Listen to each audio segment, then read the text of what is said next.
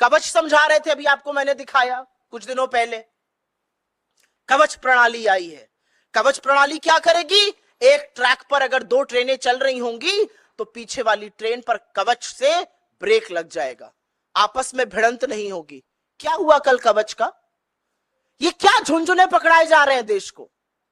10 साल से रेल आवागमन का सबसे असुरक्षित साधन बन चुका है। लगातार जान और माल का नुकसान हो रहा है और लोगों को झुंझुने के नाम पर आपने कवच की बात कही। और ये क्यों हो रहा है? क्या एकदम से रेल फेल हो गई है?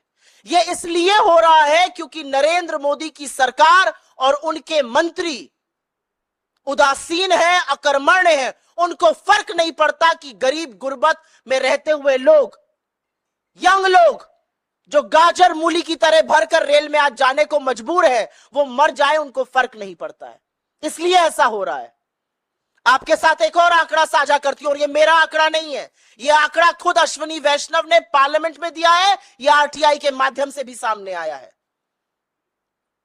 3,12,000 रेलवे के रिक्त पद पड़े हुए हैं और कर्मचारियों की इसी भारी समस्या से रेलवे जूझ रहा है।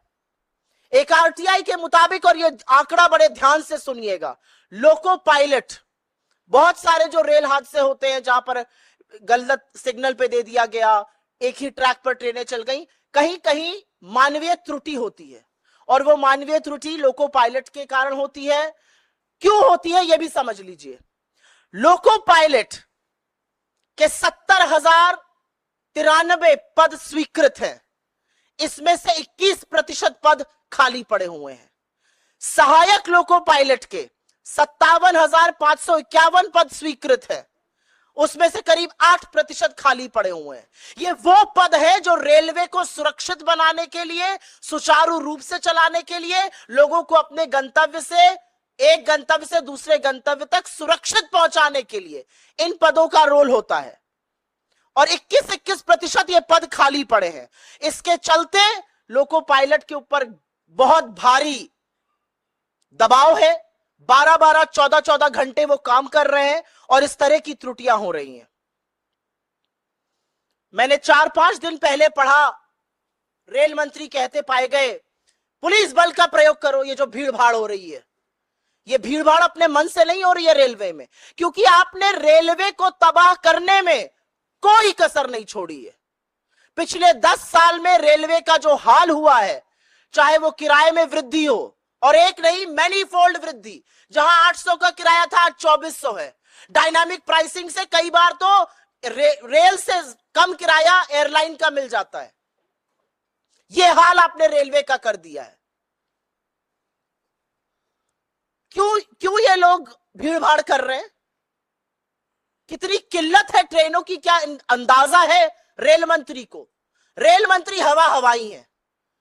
शायद वो महंगाई में, जैसे उनकी एक कोलीग ने कहा था, मैं लहसुन प्याज नहीं खाता, वो कहते मैं रेल से नहीं चलता। चलिए रेल से, एक स्लीपर में बैठिए, 200 किलोमीटर की यात्रा करिए एक स्लीपर कोच में बैठकर, तब आपको पता चलेगा कि हिंदुस्तान की असली जनता, AC 3 में बैठ जाइए, आप AC 2 में बैठ जाइए, आपको पता चलेगा कि हिंदुस्तान की जनता किस तरह से आज आवागमन करने को मजबूर है।